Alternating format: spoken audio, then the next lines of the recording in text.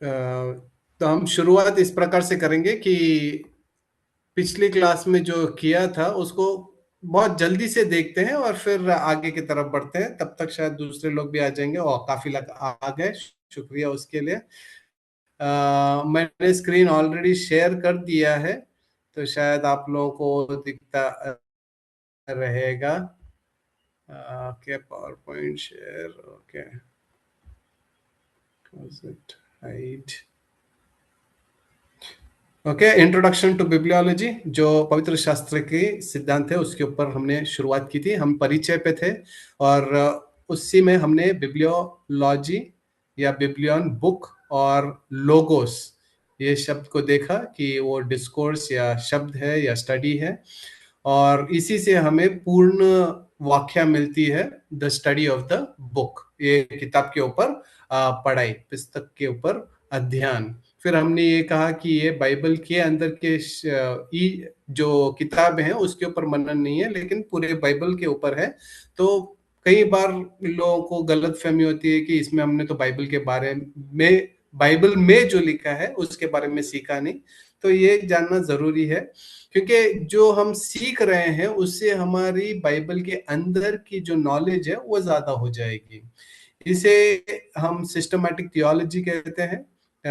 हिंदी में आप लोग शब्द देख लीजिए, क्योंकि मैं जल्दी जा रहा हूं तो शायद इंग्लिश में ज्यादा बोल दूंगा अभी।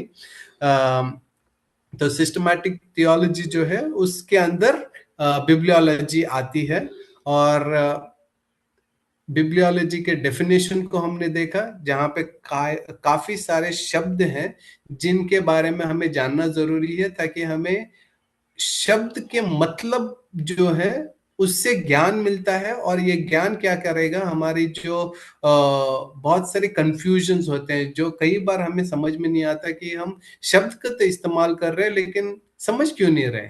कारण यह है कि हमारा जो शब्द का मीनिंग जो है वो कई बार बदल जाता है। हर इंसान अपने दिमाग से समझ के लेता है और चाहता है कि हाँ यही मीनिंग हो, ऐसा नहीं है। तो कई बार शब्द जो है उसका मूल रेख से जो मीनिंग है वो देखना जरूरी है। ठीक है, तो ये सब चीजें धीरे धीरे साफ होती जाएंगी, लेकिन हमने देखा कि किस प्रकार से बिब्लियोलॉजी में ये सारे शब्द हैं जिसके ऊपर हमें सीखना है और वो हमें स्पष्टीकरण देगा। फिर हमने ये भी पापायरस जो शब्द है जिसे हमें पुस्तक का शब्द मिला है वो देखा है। पापायरस इजिप्ट नाइल रिवर में उगता है, मतलब वो जो मैंने कहा था घास की तरह है, छड़ी की तरह है, तो उसे काट के खोल के वो धीरे धीरे एक एक स्ट्रिप को चिपकाया जाता है, फिर उसका पेज बनता है।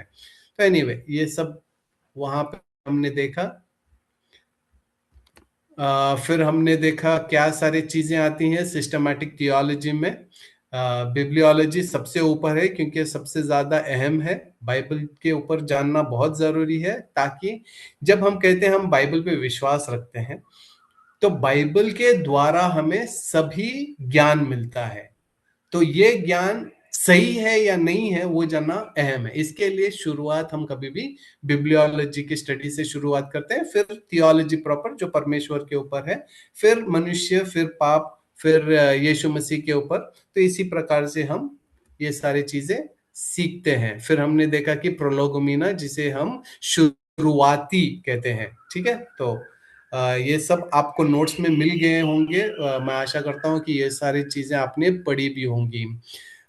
फिर जब डॉक्ट्रिन की बात आती है, ठीक है, जो बिब्लियोलॉजी है उसमें क्या होता है, ये सारे शब्द जो हमने पहले डेफिनेशन में देखे थे, ये प्रश्नों के हिसाब से दी गई है कि इस शब्द में हम क्या सीख सकते हैं। जैसे कि रेवलेशन, परमेश्वर स्वयं को कैसे प्रकट करता है। ठीक है, तो हम जानते हैं कि परमेश्वर ने अपने आप को प्रकट किया, लेकिन किस प्रकार से किया? प्रॉफिट्स के द्वारा, अपना शब्द स्वयं बोल के, या नींद में आके एक ड्रीम के हिसाब से। तो बहुत सारी चीजें हैं जो रेवलेशंस के बारे में किस प्रकार से परमेश्वर ने अपने आप को प्रकट किया। उसी प्रकार से बाकी सारे शब्द हैं जो हमने पिछली बार देखे। हमने ये भी देखा कि क्यों बिब्लियोलॉजी ज़रूरी है, महत्वपूर्णता उसकी क्या है, ठीक है? तो ये सारी चीज़ों पे हम फिर से नहीं जाएँगे, सिर्फ़ मैं देख रहा हूँ कि आप लोगों को ये सारी चीज़ें याद आती हैं या नहीं, ठीक है? ये सब आपको याद रखनी ज़रूरी है। सिर्फ़ एग्ज़ाम के लिए नहीं, क्योंकि जैसे मैंने कहा, हम ज़्यादा तब सीखते हैं जब हम दूसरों को सिखाते हैं।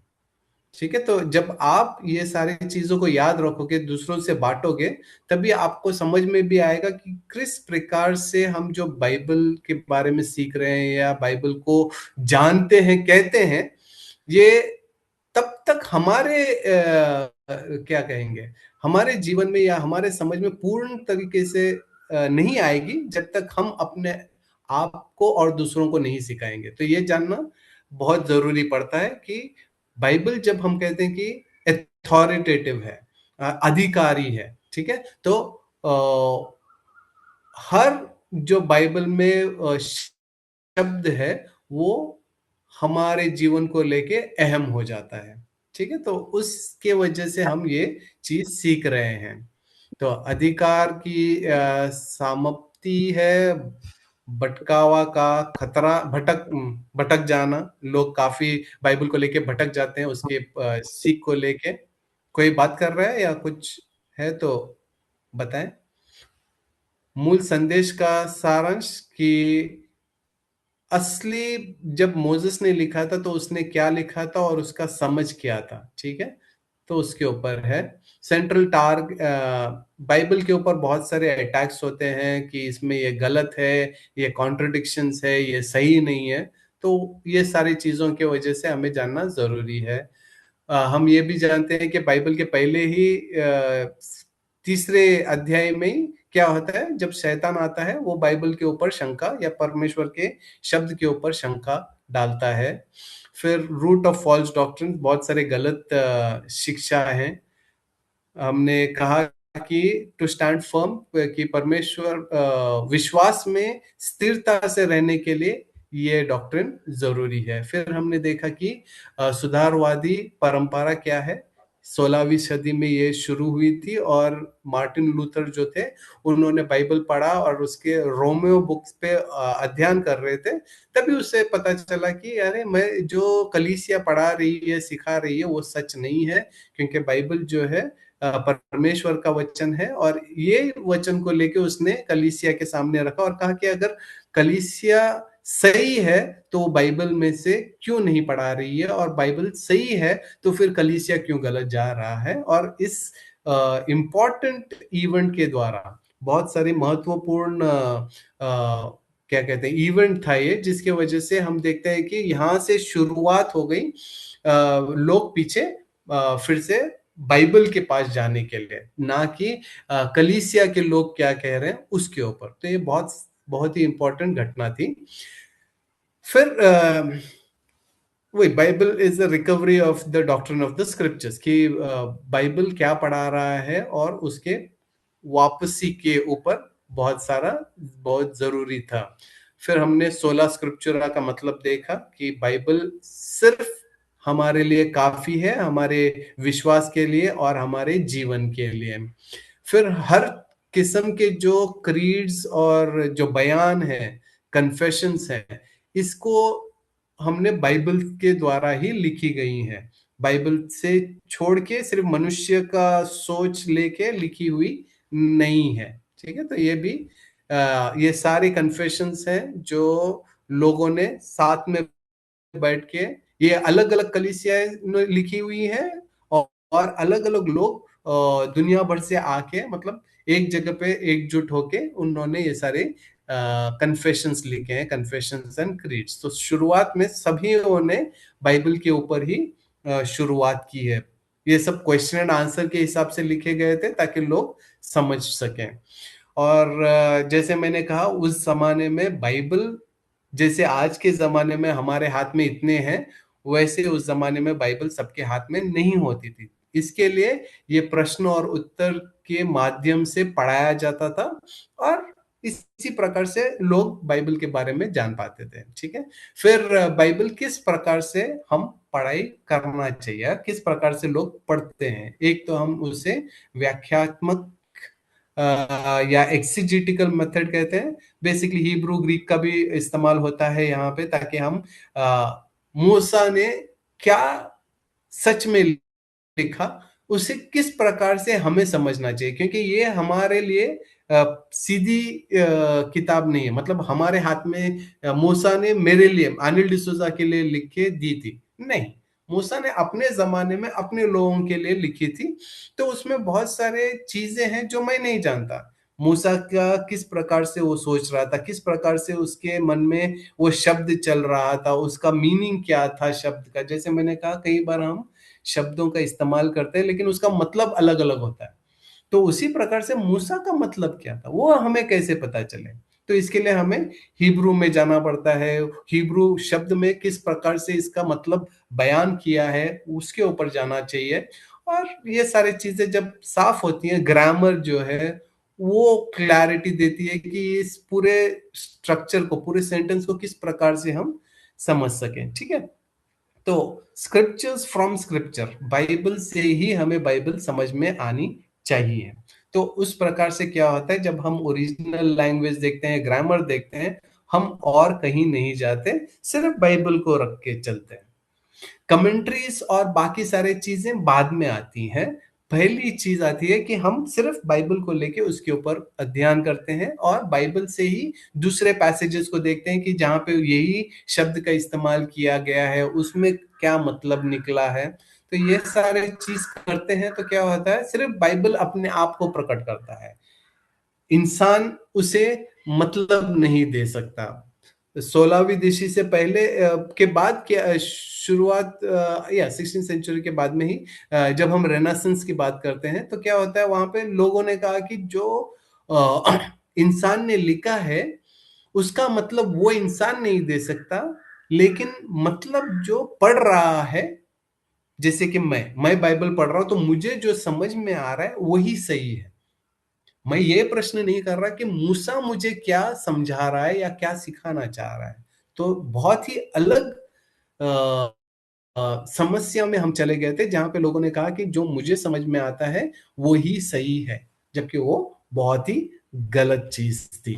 हिस्टोरिकल मेथड, जैसे पिछली बार कहा कि जो निकट है, लिखाई के निकट है। जैसे मूसा ने तो लिखा, तो मूसा के नेक्स्ट कौन आया, जोशुआ आया या दाऊद आ गया। अगर दाऊद कुछ कह रहा है मूसा के ऊपर और उसने जो लिखा है, तो मैं वो पढ़ूंगा और समझूंगा कि हाँ वो ज्यादा, मुझसे ज्यादा निकट है, तो उसका समझ जो है मुझसे ज्यादा है।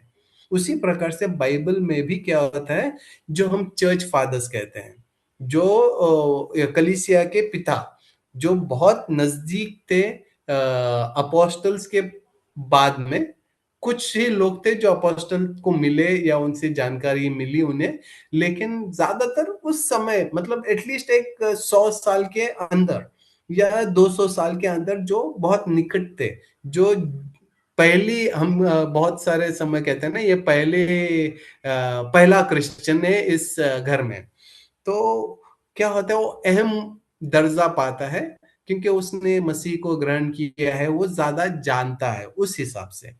तो उसी प्रकार से चर्च काउंसिल्स, चर्च कन्फेशंस, ये सारे सिर्फ बाइबल पे ही नहीं, ये जो लोग हैं जो बहुत नजदीक थे, निकट थे बाइबल लिखने के, तो उनके शब्दों के ऊपर पे भी ध्यान देती है, ठीक है। इसे हिस्टोरिकल मेथड कहते हैं, क्योंकि बहुत सारे वचन है बाइबल में जो थोड़े से टफ है, कंफ्यूजिंग है। तो हमें जानना अच्छा लगता है कि अरे इसके ऊपर सेंट अगस्टिन ने क्या लिखा, अरे इसके बाद इसके ऊपर टर्टुलियन चर्च फादर जो, उसने क्या लिखा। जब हम उनके शब्दों को पढ़ते हैं, वो सही है गलत है वो दूसरी बात है, लेकिन हमें जानकारी ज्यादा मिलती है बाइबल की टीचिंग्स के ऊपर। तो इसे हिस्टोरिकल मेथड कहते हैं। फिर सिस्टमैटिक मेथड, जो हम एक्चुअली अभी पढ़ रहे हैं उसे सिस्टमैटिक मेथड कह रहे हैं, क्योंकि बाइबल के ऊपर जो कुछ भी है वो एक ही जगह पे हमें मिल जाता है। बाइबल अपने बारे में अलग अलग जगहों पे कहता है, जब उसे हम सब वर्सेस को एक साथ लेके आते हैं, वो एक किस्म की पढ़ाई हो जाती है, ठीक है? तो जैसे कि हम सर्मन्स कलीसिया में जाते हैं, जहाँ पे हम संडे को सरमन सुनते हैं, तो वो तो एक-एक पैसेज हो गया।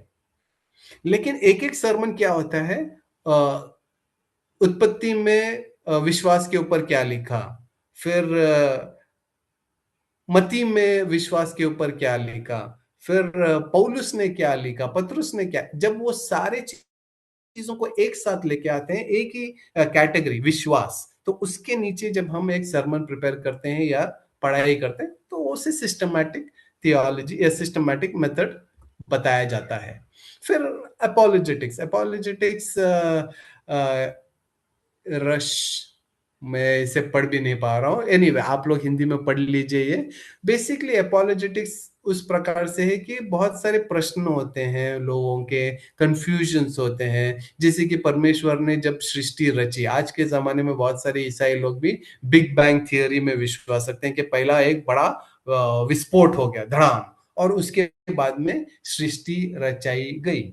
लेकिन क्या ये वो बाइबल का मान्य है? जब हम 24 घंटे कहते हैं, क्या वो बाइबल में लिखा है कि 24 घंटे में ही परमेश्वर ने बनाया? तो किस प्रकार से इसे समझे? तो बहुत सारे प्रश्न लोगों के आते हैं, तो उसे भी दूर करने के लिए ये नजरिया है, ये सारी चीज मैं जो बता रहा हूँ ये नजरिए हैं, जिससे हम परमेश्वर के शब्द को पढ़ सकते हैं। ठीक है, मैं सोचता हूँ ये सारी चीजें आप लोगों को समझ में आई। फिर फाइनली प्रैक्टिकल मेथड, मतलब परमेश्वर का वचन जो है वो मेरे जीवन से लेके है, तो मुझे किस प्रकार से चलना चाहिए, तो उसे प्रैक्टिकल मेथड कहते हैं। कि हम सिर्फ चीजें ढूंढने के लिए पढ़ नहीं रहे हैं, लेकिन हम अपने जीवन को परिवर्तन करने के लिए ये सारी चीजों को पढ़ रहे हैं, सीख रहे हैं, तो प्रैक्टिकल मेथड। फिर हमने देखे कि बहुत सारे लोग हैं जिन्होंने सिखाया, जैसे कैल्विन हुआ, बीबी वॉरफिट, तो ये सारी चीजों लोगों ने हमें बाइबल की सीख दी। ठीक है, आज ओरिजिनल लैंग्वेजेस के ऊपर जाते हैं, जो मूल भाषा है, द टंग्स गॉड चोज। परमेश्वर ने हमें हिब्रानी, आर्मिक और ग्रीक, ठीक है, ये तीन भाषाओं का इस्तेमाल होके बाइबल में है लिखा गया। तो ये ही तीन भाषाएं क्यों, क्यों और कोई भाषा नहीं? ऐसा नहीं है कि परमेश्वर कोई और भाषा का इस्तेमाल नहीं कर सकता, लेकिन ये जानना जरूरी है कि इन भाषाओं में भी विशेषताएं थी। जैसे कि हिब्रानी, हिब्रानी जो लैंग्वेज है, वो हम कहते हैं बहुत कॉन्क्रीट है, मतलब वो पिक्चर की तरह है। उन लोग बहुत साधारण लोग थे, जो शब्दों का इस्तेमाल करते थे, वो हमारी तरह क्या बोलते हैं, मतलब होके नहीं होता था, बट एक एक पिक्चर देता था। इसके लिए जब आप साम पढ़ते हो या पुराना नियम कोई भी पढ़ते हो, तो ज्यादातर जैसे कि आप पिक्चर में हो, आप देख सकते हो कि हो क्या रहा है। ठीक है, तो उस हिसाब की भाषा थी, बहुत ही सरल थी। ग्रामर बहुत डिफिकल्ट नहीं है उसका, जैसे ग्रीक में है। ग्रीक के ऊपर आएंगे, लेकिन हिब्रानी पिक्चर, जो आपको शब्द है उससे आप एक पिक्चर देख सकते हो। ओके, उस हिसाब से हिब्रानी है। अरामिक बेसिकली हिब्रानी लोगों को एग्जाइल में चले गए, जब असीरिया और बैबिलोन लोगों ने आके कैप्चर करके उन्हें लेके गए, तो उनकी भाषा थी। ये हिब्रानी लोगों की भाषा नहीं थी, लेकिन जब उन्हें लेके गए तो उनकी भी भाषा बन गई। और फिर ग्रीक तो है ही है। ये सारी चीजों को हम देखेंगे एनीवे। तो हिब्रानी जो भाषा है, जरूरत क्या है हमें सीखने की इन भाषाओं के लिए? एक तो ओरिजिनल लैंग्वेज की वजह से क्या होता है, हमें एक स्पष्टीकरण मिलता है कि एक्चुअली इस शब्द में इसका मतलब क्या है। क्या है जो हमें मूसा या जोशुआ या दाऊद या जो भी है, उन्होंने जब लिखा तो वो क्या सोच रहे थे और उसे हम कैसे समझे। तो ओरिजिनल लैंग्वेज जो है, वो हमें अनुवाद या इंटरप्रिटेशन जो है उसमें बहुत मदद होता है। Okay, it moves beyond the limitations of translations. तो क्या होता है, कई बार हम अपने बाइबल को पढ़ते हैं और समझते हैं कि हाँ, जो समझ में आया यही काफी है और यही है। लेकिन जब हम ज्यादा उसके ऊपर पढ़ाई करते हैं, जब आप हिब्रू ग्रीक को लेके पढ़ाई करेंगे, जब ग्रामर को भले हिब्रू ग्रीक ना ही हो, लेकिन जब आप ज्यादा उसके ऊपर ग्रामर पे, उसके कॉन्टेक्स्ट पे, किस किस समय पे लिखा गया, उसके पहले पैसेज में क्या था, बाद में क्या था, ये सारी चीजों को जब आप देखते हैं तो उसका जो मूल क्या बोलते हैं मीनिंग जो है, ओके, वो बहुत स्पष्ट हो जाता है। तो ये जरूरी है। दूसरा, to understand what the author has to say, specific words जो बाइबल के मूल लेखों के द्वारा इस्तेमाल किए हुए विशिष्ट शब्द, व्याकरण की बनावट, तो ये सारी चीजें हमें क्या बोलते हैं, एक फ्लेवर जो हम कहते हैं ना, हमने कुछ खाया तो हमें बहुत अच्छा लगा, तो फ्लेवर जो है बाइबल का, जब हम उसके भीतर जाते हैं, शब्द को लेके, ग्रामर को लेके, तब बहुत ही अच्छा लगता है कि हाँ भाई, हमें बहुत अच्छी तरीके से स्पष्टीकरण मिले। मैंने आइजाया 40:31 यहाँ पे दिया है, सिर्फ आपको समझने के लिए। अंग्रेजी में बहुत ही स्पष्ट है कि but they who wait for the Lord, okay. Hindi में अनुवाद मोरलेस, जो इंतजार, जो शब्द वेट है, अरे आप रुको, इंतजार करो, ऐसा लगता है। लेकिन ये शब्द हिब्रानी में बहुत ही अलग है, okay. But they who wait for the Lord, ऐसा लगता है कि हमें रुकना है परमेश्वर के ऊपर। इसका मतलब वक्त जा रहा है और मैं कुछ कर नहीं रहा हूं, मैं सिर्फ परमेश्वर के क्या कहते हैं, I am just waiting in the Lord's presence, मैं परमेश्वर के इसमें रुका हूं कि वो कुछ करेगा। लेकिन जो ये शब्द है इंतजार या बाट, जोहते जोहते जोहते शब्द इस्तेमाल किया है, जो इंतजार है वो एक्चुअली कंटिन्यूस शब्द है और एक्टिव वर्ड है। इसका मतलब हम ऐसे ही परमेश्वर के ऊपर रुके हुए नहीं हैं, लेकिन जब हम अपना जीवन जी रहे हैं, ठीक है, परमेश्वर के साथ, मतलब ये एक समय नहीं है, ये पूर्ण रीति से क्या कहते हैं, एक एपिसोड जैसा है, कि हम सिर्फ एक समय पे नहीं है, पूरे समय में किस प्रकार से हैं, सिर्फ रुके हुए नहीं है, लेकिन हम परमेश्वर के साथ चल रहे हैं, ओके। तो इसके लिए but they who wait for the Lord shall renew the strength का मतलब ऐसा आ जाएगा कि वे क्या है, वो कंटिन्यूसली परमेश्वर के साथ चल रहे हैं, और परमेश्वर के साथ चलने के द्वारा उनकी जो क्या बोलते हैं वीकनेस है, जो जरूरतें हैं, वो परमेश्वर के साथ हम चलने के द्वारा पूर्ण हो जाती है। हमारी अंदरूनी जो शक्ति जो हमें मिलनी चाहिए, वो ऐसे शांत बैठने से नहीं, लेकिन परमेश्वर के साथ चलने से मिलती है। तो कई बार इस प्रकार से बाइबल की जो वर्ड्स हैं, हम गलत समझते हैं कि हाँ, मुझे तो इंतजार करना है, परमेश्वर से प्रार्थना करनी है और रुकना है। लेकिन परमेश्वर कहता है आपको रुकना नहीं है। ये शब्द इंतजार के ऊपर नहीं है, ये शब्द हम परमेश्वर के साथ चलने के ऊपर है, ताकि जब हम चलते रहेंगे तो ये सारी चीजें जो होनी है, परमेश्वर हमें बल देगा, शक्ति देगा। उसी प्रकार से एफिशिएंस 2:8 जब हम इसे पढ़ेंगे, क्योंकि परमेश्वर के अनुग्रह से ही विश्वास के द्वारा तुम्हारा उद्धार हुआ है। ठीक है, जब ये शब्द हम पढ़ते हैं तो हमें कैसा लगता है, हाँ, जब हमने विश्वास रखा तभी हमें अनुग्रह मिला। तो हमें लगता है कि विश्वास जो है वो अहम है यहाँ पे, okay. You have been saved through faith, आपको आपको उद्धार इस प्रकार से हुआ है। लेकिन जब हम ग्रामर को देखते हैं तो जानते हैं कि ये सब आप धीरे धीरे सीखोगे। ये जो ग्रामर दिया हुआ है, न्यूटर है, फेमिनिन है, ये सारे ग्रामर के जो रूल्स हैं वो आप सीखोगे। तब आप एक चीज, ये सीखने के बाद भी वक्त लगता है, तो ऐसा नहीं कि हाँ ये सीख लिया मुझे फटाफट आ जाएगा, नहीं। जितना आप मेहनत करोगे उसके ऊपर है। लेकिन आज के दिन इंटरनेट है, बहुत सारी सुविधाएं हैं जिसका इस्तेमाल करना भी जरूरी है। लेकिन anyway, तो ये वर्ड जो है क्या करता है, हमें एक क्लैरिटी देता है कि जो शुरुआत का शब्द है वो है फॉर, क्योंकि। वो शब्द को अगर लेके हम बाकी का शब्द वर्स पढ़ते हैं तो ये चीज क्लैरिटी होती है कि हम विश्वास के द्वारा हमें अनुग्रह नहीं मिला है, ये हमें परमेश्वर की तरफ से मिला है।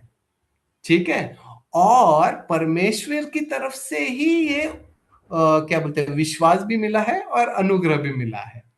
तो ये क्या बोलते हैं, जब आप पढ़ोगे पूरी तरीके से तो समझोगे कि कई बार हम एक वर्ड्स को लेते हैं या समझ नहीं पाते कि किस प्रकार से इस शब्द को लें, क्योंकि कई बार आज भी ईसाइयों में झगड़ा होता है कि मैंने विश्वास किया परमेश्वर पे। सही है क्या ये शब्द, मैंने विश्वास किया? जबकि वो विश्वास भी हमें परमेश्वर की देन है। कई बार हम वो सोचते नहीं, ठीक है, परमेश्वर की देन है। तो विश्वास जो है परमेश्वर से आता है, वो मेरे अंदर नहीं है। वो जब पवित्र आत्मा आता है वो देता है, वो खोलता है, और उसके द्वारा हम परमेश्वर पे विश्वास कर पाते हैं और विश्वास से जी पाते हैं। तो ये स्पष्टीकरण हमें ग्रामर से मिलती है। किसी को प्रश्न पूछना है इसके ऊपर? क्योंकि कई बार ये सब नई चीज हो जाती है तो लोग प्रश्न, कोई कोई प्रश्न पूछना चाहता है विश्वास के ऊपर यहाँ पे, क्योंकि ये बहुत अहम डॉक्ट्रिन है। ये बाद में भी आएगा लेकिन ये जानना जरूरी है। हमने विश्वास परमेश्वर पे पहले नहीं रखा, पहले विश्वास हमारे जीवन में परमेश्वर ने देन के हिसाब से हमारे हृदय में डाला है या खोला है, तो उसके वजह से हम परमेश्वर के पास आ पाते हैं। तो इस प्रकार से जानना जरूरी है ताकि हमारा जो समझ है वो सही तरीके से चले कि किस प्रकार से ईसाई विश्वास में हमें हमें दृढ़ नहीं, परमेश्वर हमें दृढ़ रखता है। ठीक है, तो ये बहुत ही अहम सीख है। ओके, नो क्वेश्चंस, मैं आगे बढ़ता हूं। सर मैं फिर पूछ डिफरेंट सकता हूँ क्वेश्चन? डॉक्ट्रिन्स। सॉरी। जी सर, मैं पूछना चाह रहा था एक क्वेश्चन। हाँ हाँ। यदि परमेश्वरी विश्वास दे रहा है तो जो विश्वास नहीं कर पा रहे हैं कभी, तो फिर वो इस बात को कह सकते हैं हमारा क्या कसूर है, हमें तो परमेश्वर ने विश्वास दिया नहीं। हाँ, अभी जो हम आर्ग्यूमेंट यूज करते हैं ना कि मुझे परमेश्वर ने विश्वास नहीं दिया, अभी क्वेश्चन ये है आपको कैसे पता चला कि आपको विश्वास परमेश्वर ने नहीं दिया? सी प्रॉब्लम हमारा क्या है, हम लोग इसे हाइपोथेसिस कहते हैं या एजम्पशन कहते हैं। एजम्पशन मतलब मैंने अपने आप में समझ के ले लिया कैसे मुझे इसे समझना है। लेकिन जब हम परमेश्वर के वचन को सीखते हैं तो ये जानना जरूरी है, ये वचन का जो समझ है वो बिलीवर्स लोगों को दिया है, दुनिया के लोगों के लिए नहीं है। लेकिन कई बार हम इसका इस्तेमाल करते हैं दुनिया के लोगों के लिए और वो फिर हमसे प्रश्न करते हैं। तो पहली चीज, ये शब्द जो है हमारे समझ के लिए, ताकि परमेश्वर हमें और क्या बोलते हैं, ही कैन रियली स्ट्रेंथन अस, हमें जो शक्ति मिलनी चाहिए परमेश्वर में वो मिल सके। तो हमें पता नहीं किसको परमेश्वर ने दिया है और नहीं दिया है, बराबर। हमारा को हमें क्या दिया गया है कि आपको परमेश्वर ने आपके जीवन में क्या क्या चीजें की हैं। जैसे क्रूस पे परमेश्वर ने अपना बलिदान दिया, तो ये तो सबको बताया गया है। आप क्यों इसमें विश्वास नहीं कर रहे हैं? सिर्फ बाइबल दोनों चीजों को एक साथ पकड़ के चलता है कि आपको भी समझ के लेना है और विश्वास में चलना है। लेकिन जब हम ईसाई बनते हैं तो समझ में आता है कि ये सिर्फ मेरे मेरे से नहीं हुआ है, लेकिन परमेश्वर ने मुझ में ये सारी चीजों की स्पष्टीकरण की है। ठीक है, तो उसके वजह से जब हमें ये स्पष्टीकरण मिलती है तो हम ज्यादा परमेश्वर के ऊपर डिपेंड होते हैं। नहीं तो फिर ये मेरे काम से मसीह में मैं चल रहा हूं, मेरे ताकत से। और कई बार इसके वजह से बहुत सारे मसीह लोग बहुत जल्दी थक जाते हैं, क्योंकि अरे मैंने प्रार्थना नहीं की, अरे मैंने परमेश्वर का शब्द नहीं पढ़ा, ओ मैंने ईसाई के जो कार्य हैं वो नहीं किए। तो उसके वजह से लोग भटक जाते हैं। लेकिन ये जब समझ बहुत अंदर तक जाता है कि मुझे परमेश्वर ने चुना है, परमेश्वर ने मुझ में काम किया, और परमेश्वर मुझे ले चलता है, तो इससे हमें और दृढ़ता मिलती है और हम उसके पीछे चल पाते हैं। तो इसके लिए ये हाइपोथेसिस क्वेश्चन है कि मुझे विश्वास क्यों नहीं दिया। भाई तुम्हें कैसे पता चला कि परमेश्वर ने तुम्हें विश्वास दिया? आज तक तो शायद काफी लोग जो अभी सुन रहे हैं उनके दिमाग में भी ये शब्द कभी आया नहीं रही होगा कि परमेश्वर ने मुझे विश्वास दिया। ठीक है, तो हमारा जो प्रैक्टिकल चलना है वो अलग हो जाता है, लेकिन परमेश्वर का शब्द और जो क्लैरिटी है वो दूसरी हो जाती है। ठीक है, और कुछ एडिशनल क्वेश्चन फॉलो अप? ठीक है, ओके। और किसी का भी प्रश्न रहेगा तो फिर से बात कर सकते हैं, मुझे प्रॉब्लम नहीं है। हम लोग ये सारे चीजें सीखते रहेंगे ताकि और क्लैरिटी से, इसके लिए डिफरेंटिंग डॉक्ट्रिन्स, जो ओरिजिनल, जैसे हमने हिब्रू और ग्रीक के अभी जो वर्सेस देखे उससे हमें और क्लैरिटी मिली कि किस प्रकार से परमेश्वर हमारे जीवन में काम करता है। लेकिन ऐसे ही अगर हम पढ़ेंगे तो हमें लगता है हाँ हम विश्वास से चल रहे हैं, हमारा जीवन ऊपर नीचे हो रहा है। बहुत सारी चीजें हैं जो बाइबल बताना चाहता है, लेकिन हम नहीं समझ सकते उसे, क्योंकि हम जिन्होंने लिखा उनके नजदीक नहीं है, हम दूर हैं। इसके लिए हमें कॉन्टेक्स्ट होता है, फिर कल्चर होता है, ग्रामर होता है, ये सारे चीजों को हम जब देखते हैं तो उसका जो फ्लेयर है, जो उसका फ्लेवर है बाइबल का, जैसे जैसे आप पढ़ोगे लिखोगे आपको मजा आएगा। ओके, मुझे मुझे खुशी मिलती है जब मैं परमेश्वर के वचन में पढ़ाई करता हूँ, दूसरों के लिए नहीं, अपने आप के लिए। ठीक है, why original language matters, evaluating translations. कई बार हम दूसरे दूसरे बाइबल्स को पढ़ते हैं तो लगता है अरे यहाँ पे तो ये लिखा है, यहाँ पे ये लिखा है, सही में क्या है? कई ज्यादा नहीं होता, बट मेन मेन जो इंपॉर्टेंट पैसेजेस है कभी कभी वो डिफिकल्ट हो जाते हैं। और जैसे भाषा बदलती है तो शब्द इस्तेमाल अलग हो जाते हैं।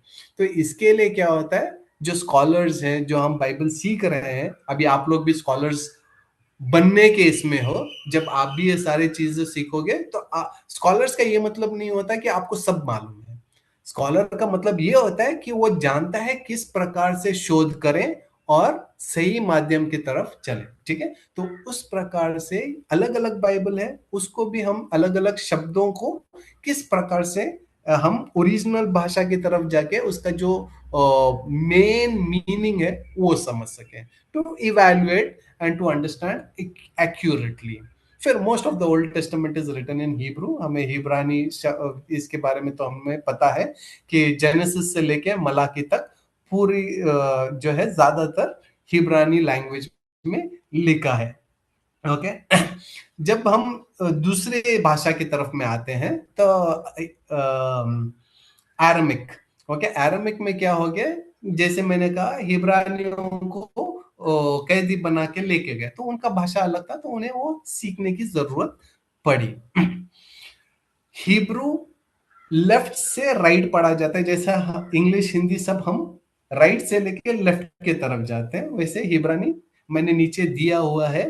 पहला शब्द जो है बेराशित। ओके, ये जैसे आप सीखोगे वैसे आ जाएगा धीरे धीरे। बेराशित बारा एलोहिम एत Hasem Hasem width हारेश। Okay, exact pronunciation मैं नहीं दे रहा हूं सही तरीके से, क्योंकि मैंने भी बहुत समय हो गया हिब्रू मैंने ये नहीं किया है। बट एनीवे, शब्द पढ़ सकता हूं, देख सकता हूं, समझ सकता हूं। बाकी तो आज के दिन पे एज यूजुअल मैंने कहा बहुत सारे एप्लीकेशंस हैं उसके द्वारा। इसके लिए आपने, अगर आप नीचे देख रहे हो, इन द बिगनिंग अंग्रेजी में दिया है, उसके ऊपर एक शब्द लेटर्स हैं 7225। इसको हम स्ट्रॉन्ग्स डिक्शनरी के शब्द कहते हैं। हिब्रू ग्रीक के ऊपर डिक्शनरीज है, तो ये जैसे हमारे नॉर्मल डिक्शनरीज हैं वैसे ही, लेकिन हिब्रू में, और ये सब नंबर्स दिए गए हैं ताकि जब आप इस नंबर के ऊपर ढूंढो 7225, मैं खोलता हूँ किताब 7200, हाँ ये कहाँ पे, हाँ ये नंबर मिल गया, सामने यही शब्द मिलेगा बेराशित, और इस शब्द का हमें इंग्लिश में मीनिंग मिल जाएगा। ठीक है, तो इस हिसाब से हम पढ़ाई करते हैं। बहुत वक्त लगता है, लेकिन इसी प्रकार से पढ़ाई होती है। तो in the beginning God created the heavens and the earth, left से राइट जा रहे हैं। ये खासियत है हिब्रूज की। ओके, इसे हम एक फ्लेवर समझ के इंजॉय करें। एनीवे, सो ये और कोई भाषा में नहीं है। तो anyway, Hebrews, that the Hebrew alphabet consists of 22 consonants। जैसा हमारा A B C D E F G, वैसे लेटर्स जो है हिब्रू में 22 लेटर्स समझ के लीजिए।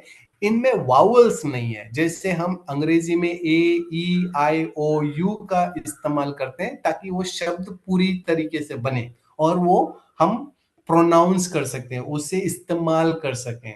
वो हिब्रानी लैंग्वेज में नहीं था, वो उन्हें पता था, ठीक है, हमें नहीं पता। इसके लिए जो ए ई आई ओ यू है वो बाद में जोड़े गए हिब्रानी लैंग्वेज में, क्योंकि लोग भी भूलते गए ना, जो पहले जो हिब्रानी लिखा गया था और उसके बाद में जब लोग क्या बोलते हैं, बेबीलोन अशेरिया में चले गए, तो उनसे अपना जो लैंग्वेज है छूट गया। जैसे अब मैं अपने बारे में कहता हूँ कि मैं हिंदी बोलना भूल गया। क्यों? क्योंकि मैं अभी नॉर्थ इंडिया से अभी साउथ इंडिया में हूँ, और नॉर्थ इंडिया में भी सिर्फ अंग्रेजी का इस्तेमाल ज्यादा हुआ, क्योंकि पढ़ाई के इसमें था, सेमिनरी में पढ़ा रहा था, लोग रूल था कि वहां पे सिर्फ अंग्रेजी में बात करें ताकि लोग अंग्रेजी ज्यादा सीख पाए। और शादी भी मेरी इंटरकल्चरल हो गई, मेरी बीवी साउथ से है, तमिलियन है, तो हमें अगर भाषा में बात करना है तो तमिल से तो मैं बात नहीं कर सकता, वो हिंदी भी इतना नहीं जानती थी, तो हम अंग्रेजी में बात करना शुरू किया। उसी प्रकार से यहाँ पे भी वही हुआ है कि हिब्रू से अरामिक ट्रांजिशन जो है उसी प्रकार से है। और हिब्रानी भाषा में 22 कंसोनेंट्स है, उसके जो वावल्स है उसे बाद में जोड़ा गया, वो भी यहाँ पे दिया गया है। मेसोरेट्स, मेसोरेट्स बेसिकली कौन थे? जो कॉपीज ना, जो कॉपी करते हैं, क्योंकि हमारी तरफ प्रिंटर था नहीं, तो लोग बाइबल को हाथ से लिख के कॉपी करते थे। ठीक है, इतना तक करते थे कि उन लोग काउंट करते थे लेटर्स को और लास्ट में लिखते थे कि हमने इतने लेटर्स लिखे हैं। अगर ये और जो ओरिजिनल है जिससे कॉपी कर रहे हैं वो मिलता नहीं है, उससे समझते थे कि कुछ तो मिस्टेक है। डिस्ट्रॉय नहीं होता था, लेकिन फिर वो उसे बाइबल के माध्यम से नहीं रख पाते थे, वो चेंजेस करके उसे अलग रखते थे। ये सारी चीजें आपको हिस्ट्री से जाननी भी जरूरी है। सो ये कब हुए? 600 to 1000 एडी, मतलब यीशु मसीह के मरने के बाद 600 से 1000, उस समय में हिब्रानी लैंग्वेज में जो वावल्स हैं, ए ई आई ओ यू, जो हम अंग्रेजी में कहते हैं, आप लोग हिंदी में समझ लीजिए, शब्द बनाने के लिए कई बार हम क्या बोलते हैं, डालते हैं ना। Okay, I hope you all understood. So that is what gives the meaning to the word. जैसे याहवे, यू नो, याहवे शब्द जो है उसमें भी वावल्स नहीं है, इट इज एक्चुअली YWHW। तो उसे प्रोनाउंस कैसे करें हमें नहीं पता, ओरिजिनल प्रोनाउंसिएशन हमें नहीं पता, क्योंकि मूसा ने लिखा नहीं और यहूदी लोग उसे प्रोनाउंस नहीं करते, क्योंकि वो परमेश्वर का नाम है। इसके लिए हमने उसे YAHWEH यावे करके प्रोनाउंसिएशन दिया है। ओरिजिनल में ये वावल्स नहीं है। Okay, then it is a concrete and pictorial thing, not an abstraction. मतलब ये ख्याल से, मतलब फिलोसफिकल लैंग्वेज नहीं है, ये बहुत ही सरलता का लैंग्वेज है हिब्रानी, और जितना है स्पष्टीकरण अपने आप में देता है। इसके लिए जब आप हिब्रू के शब्द को मीनिंग्स में डिक्शनरी में देखोगे, तो आप देखोगे कि इसका जो मतलब है एकदम एकदम सरलता से है, क्योंकि पिक्चराइज्ड है। ओके, तो इसमें ज्यादा कॉम्प्लिकेशंस नहीं है। It is not an intellectual or experiential or personal, it is more to do with your pictures of human experiences, जो हमारे एक्सपीरियंसेस हैं, सॉरी एक्सपीरियंसेस नहीं, जो हमें दिखता है, जिस प्रकार से हम समझ सकते हैं। ओके, यहाँ पे मैंने लिखा है यदा, ओके, टू नो। हम कई बार टू नो का मतलब दिमाग से लेके है, मैं कुछ सोच रहा हूं, समझ रहा हूं, लेकिन हिब्रानी उस प्रकार से नहीं चल रहे थे। उनके लिए समझना सिर्फ दिमाग में नहीं, समझना मतलब उनके जीवन के द्वारा समझना है। तो वो experience is a part of knowing and learning, वो इंपॉर्टेंट है। दूसरी चीज क्षमा, hear O Israel the Lord your God is one. क्षमा, हम हियर मतलब सुनो, सुनो का मतलब क्या हो गया, तो सुनना ना, लेकिन ये भी गलत है। हिब्रानी में सुनो मतलब तुम क्या बोले, मैं शब्द ढूंढ रहा हूं हिंदी में, अर्थ आज्ञाकारी, ओके, आज्ञाकारी होना है। तो सुनो मतलब आज्ञाकारी बनो। तो इस प्रकार से हिब्रानी समझते थे। जब hear O Israel the Lord your God is one, हे इज़राइलियो, सुनो नहीं, आप विश्वास में चलो, आप आज्ञाकारी बनो, और वो ही है परमेश्वर तुम्हारा एक है। ठीक है, तो आज्ञाकारी होने से समझ में आएगा कि परमेश्वर तुम्हारा एक है। सुनने से मतलब सिर्फ सुनना नहीं है। ठीक है, that is what it is. Then trilateral truths, हिब्रानी शब्द के जो शब्द हैं वो बेसिकली 3 शब्दों से बनता है, उसे हम रूट वर्ड कहते हैं। जैसे ए बी सी, ये 3 अल्फाबेट्स हो गए, ओके। और जैसे हम कहेंगे फैन, FAN, तो ये 3 शब्द ही उनके रूट वर्ड्स हैं, उसमें जोड़ा जाता है और फिर दूसरे नए मतलब मिलते हैं। जैसे कहा, हिब्रानी बहुत ही स्पष्टीकरण की लैंग्वेज नहीं थी, बहुत ही सिंपल थी, तो उनका जो रूट मीनिंग है सिर्फ 3 शब्दों से आता है। ओके, उसी से आपको बाकी सारी चीजें मिल जाती हैं। जैसे मैंने इंग्लिश में वर्ब, नाउन, एडजेक्टिव्स, ये सारी चीजें बाद में आएंगी, ये सिर्फ आपको जानना है अभी के लिए। फिर रेपिटेशन, हिब्रानी जो है वो काफी बार इंपॉर्टेंस के लिए शब्द को दोहराते थे। ओके, जैसा होली, होली, होली है, it's mean the highest degree of holiness, सबसे सर्वोच्च, ओके, परमेश्वर पवित्र है, उस प्रकार से। देन आर्मिक लैंग्वेज, ओके, आर्मी दूसरी भाषा, जैसे मैंने बहुत सारा चीज पहले ही बता दिया है कि वो दूसरी भाषा है। और जब अशेरिया और बैबिलोन के साथ चले गए थे, लोगों को लेके गया था, तब भी उनकी भाषा बदल दी गई थी। ये 800 BC के करीब से शुरुआत हुई। फिर ये फिलिस्तीनियों ज्यादा बात करते थे, ठीक है, इजरायली नहीं। इजरायली जो थे वो हिब्रानी बात करते थे, फिलिस्तीनी जो थे वो अरामिक, ओके, आरामी लैंग्वेज है वो। यीशु मसीह मोस्टली आरामिक ही बात करता था, ठीक है। कई बार हमें लगता है वो ग्रीक लैंग्वेज में बात करते, नहीं, मोस्टली वो आरामिक लैंग्वेज से ही बात करता होगा, क्योंकि लोगों को तभी ज्यादा आरामिक ही समझ में आती थी। फिर एरामिक पोर्शंस बाइबल के दिए हैं। जेनेसिस में सिर्फ 2 शब्द हैं, यरमाया में 1 वर्स है, डैनियल में सबसे ज्यादा डैनियल के बुक में ही है। अभी आप प्रश्न पूछना चाहिए कि डैनियल में इतना ज्यादा क्यों, क्योंकि डैनियल बाहर था, बेबीलोन में था, और वहां का जो लोगों को समझ को ज्यादा क्या आएगा, हिब्रानी नहीं आएगा, उन्हें एरामिक ही आएगा। ठीक है, उसी प्रकार से एजरा।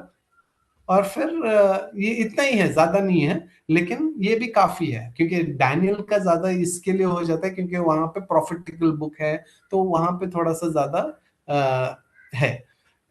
उस जमाने में उन उन हिब्रानी लोगों के समझ के लिए उन्होंने अरमिक में लिखा गया। तो वो समझ के लीजिए किस प्रकार से कल्चर, किस प्रकार से परमेश्वर एक लैंग्वेज को, किस प्रकार से एक सिचुएशन को परमेश्वर इस्तेमाल करता है। ठीक है, उसके बाद में आते हैं कोयने ग्रीक।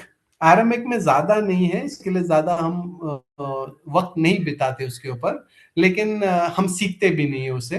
लेकिन डिक्शनरीज हैं, आज के दिन तो बहुत सारे ऐप्स हैं, तो इतना प्रॉब्लम्स नहीं है उसमें। तीसरी भाषा कोयने ग्रीक। कोयने ग्रीक जो है साधारण सी, जैसे हम आज के जैसे मैं बात कर रहा हूँ, ओके, मेरी हिंदी अच्छी नहीं है, टूटी फूटी है, उसी प्रकार से कोयने ग्रीक जो थी, जिसको हम मार्केट लैंग्वेज कहते हैं, कि जैसे आप मार्केट में जा रहे हो, एक दूसरे से बात कर रहे हो, तो उस प्रकार की भाषा थी जो सबको समझ में आती थी। ठीक है, ये क्लासिकल ग्रीक नहीं है जहां पे बहुत ऊंचे शब्दों का इस्तेमाल किया है, जबकि पॉल जो है वो थोड़े कुछ चीजों में इस्तेमाल करता है, लेकिन ज्यादातर वो भी इतना स्पष्टीकरण रखता है ताकि लोग समझ सकें। हमें एक चीज और ध्यान में रखनी चाहिए, बाइबल इसलिए लिखी गई कि लोग समझ सकें, इसलिए नहीं लिखी गई कि लोग नहीं समझ सकें। ठीक है, इसके लिए बाइबल को हम रेवलेशन कहते हैं, परमेश्वर हमारी आंख खोलता है। तो परमेश्वर का शब्द इस प्रकार से नहीं कि वो हमारे आंखों को बंद करते, लेकिन खोले। लेकिन उस जमाने में इजी था, आज के जमाने में थोड़ा सा डिफिकल्ट है, बहुत डिफिकल्ट नहीं है, थोड़ा डिफिकल्ट है, स्पेशली पैसेजेस जो कठिन है। हमें समझ के चलना चाहिए कि बाइबल इजी नहीं है, हमारे लिए इजी नहीं है। हमें मेहनत करनी पड़ेगी, ओरिजिनल लैंग्वेजेस को देखना पड़ेगा, ग्रामर को देखना पड़ेगा, लेकिन बाइबल एक किस्म से सिंपल है, एक किस्म से कठिन है। तो हम हमारा ये कारण, हमारा सीख ये है कि जो इजी है वो ठीक है, लेकिन जो कठिन है उसमें हमें मेहनत करनी जरूरी है। Okay, so it's the language of the people, it's the language of the new testament, and it was a global language, मतलब सभी लोग इस्तेमाल करते थे। कोयने शब्द का अर्थ आम, ठीक है, ये सब हमने देखा। इट वाज नॉट, ओके, ये सब मैंने क्लियर कर दिया। It was influenced by Alexander the great. हमें याद है कि पौरुस कहते हैं ना इसे, अलेक्जेंडर। तो अलेक्जेंडर जो है ग्रीस में था। सिकंदर वो, है एलेक्जेंडर। सॉरी, एलेक्जेंडर सिकंदर है। हाँ, सिकंदर, सिकंदर, थैंक यू। तो सिकंदर जो था वो ग्रीस की तरफ, मतलब उसने ग्रीस को कैप्चर करके वो हमारे इंडिया की तरफ आ रहा था, हिस्ट्री में इतना तो हमें पता है। तो उसने क्या, वो जब सीख रहा था तो उसका जो टीचर है, आई थिंक उसका टीचर सोक्रेटिस था, सोक्रेटिस था। तो वो, सॉरी, एरिस्टोटल था। तो एरिस्टोटल जो है सोक्रेटिस से नहीं, एरिस्टोटल आई थिंक, तो या नहीं, Socrates, Plato, I think Aristotle, anyway. तो एरिस्टोटल जो है वो उसे ग्रीक सिखा रहा था। तो सिकंदर जो सीख रहा था ग्रीक, उससे ग्रीक भाषा बहुत अच्छी लगी और उसने क्या किया, धीरे धीरे ग्रीक को नेशनल लैंग्वेज बना दिया। जैसे आज के दिन पे हमारे इंडिया में भी चल रहा है ना, नेशनल लैंग्वेज हिंदी है, लेकिन साउथ वाले बोलते हैं नहीं, नेशनल लैंग्वेज हिंदी नहीं हो सकता, क्योंकि बाकी स्टेट्स के भी लैंग्वेजेस हैं। लेकिन सिकंदर ने क्या किया, इसे धीरे धीरे धीरे लोगों में फैला दिया, तो कि लोगों की जो भाषा है एक होनी शुरू हो गई। क्योंकि दूसरे दूसरे जगह में थे, तो दूसरी दूसरी भाषा है, दूसरी दूसरी भाषा है, तो क्या होता है, उनके ऊपर रूल करना डिफिकल्ट होता है। ठीक है, तो इसके लिए भाषा एक होने से क्या होता है, आसानी होती है। और इसके लिए पोरस ने ग्रीस से लेके इंडिया तक ग्रीक को, लोगों को सिखाया और कहा कि यही भाषा से होना चाहिए, और धीरे धीरे लोग भी बदल गए और ग्रीक का इस्तेमाल बहुत ही साधारण चीज जैसे हो गया। जैसे हम इंग्लिश, आज के दिन क्या होता है, सब पढ़ाई इंग्लिश में है, तो धीरे धीरे सबको इंग्लिश तो सीखना ही होता है, क्योंकि अगर आगे की पढ़ाई करनी है या कुछ करना है तो आपको इंग्लिश आना जरूरी है। उस हिसाब से डिस्करेजमेंट में नहीं, लेकिन आप हिंदी में सीख रहे हो, लेकिन आप इंग्लिश भी कंटिन्यूसली सीखो, क्योंकि बहुत सारे जो चीज हैं पढ़ाई में वो अंग्रेजी में, और सैडली हम हिंदी में उसका अनुवाद नहीं कर पाते हैं। तो अगर आपका नॉलेज बढ़ना है तो थोड़ी मेहनत इंग्लिश की तरफ आपको करनी पड़ेगी। और एक चीज अपार्ट फ्रॉम द बाइबल बता रहा हूँ, कि जब इंडिया में भी भाषा के ऊपर बात चल रही थी, पार्लियामेंट के हिसाब से बात कर रहा हूं मैं, तो यहाँ पे भी कौन सी भाषा हम करें पूरे भारत के लिए। तो बहुत डिबेट हुआ, लोगों ने कहा नहीं, रीजनल लैंग्वेज होना चाहिए, हिंदी होना चाहिए, संस्कृत होना चाहिए, ऐसा वैसा। तो जो मिशनरीज थे उन्होंने कहा, अगर आपको भारत के लोगों को दूसरे जो विश्व में लोग हैं उनके बराबरी में लेके आना है, तो अंग्रेजी आपको जाननी बहुत जरूरी है, क्योंकि अंग्रेजी आपको इस दौर में ले आ जाएगी, नहीं तो आप सीखते पकड़ते आपको वक्त लग जाएगा। और तभी ये सब क्रिश्चियन इन्फ्लुएंसेस हैं। ओके, कई बार हम सोचते हैं कि ब्रिटिश बोले तो एंटी क्रिश्चियन, यस उसमें थे लोग, गलत लोग थे, लेकिन मिशनरीज भी थे और जो भला चाहते थे वो लोग भी थे। लेकिन हिस्ट्री, स्पेशली इंडियन हिस्ट्री, ये सारी चीजों को नहीं दिखाएगा। तो रॉबर्ट डी नोबली मिशनरी थे, एडमिनिस्ट्रेटर थे वो। तो जब ये सारे लोग बात कर रहे थे, उन्होंने कहा कि अंग्रेजी जरूरी है। That is side apart. तो कोई ने Greek, okay, now to understand God sovereign plan, परमेश्वर की जो संप्रभु योजना जो है वो किस प्रकार से, हिब्रानी लैंग्वेज जो लोग पिक्चर की तरह समझ सकते थे, आसान था। आरामिक क्योंकि वो पॉलिटिकल था, लेकिन अभी ग्रीक लैंग्वेज जो है वो उसका, क्यों? क्योंकि उसमें जो शब्द है और जो मतलब है उससे स्पष्टीकरण बहुत अच्छी तरीके से मिलती थी, ए। लेकिन बी दूसरी, क्योंकि ये विश्व लैंग्वेज बन चुका था, भाषा बन चुकी थी।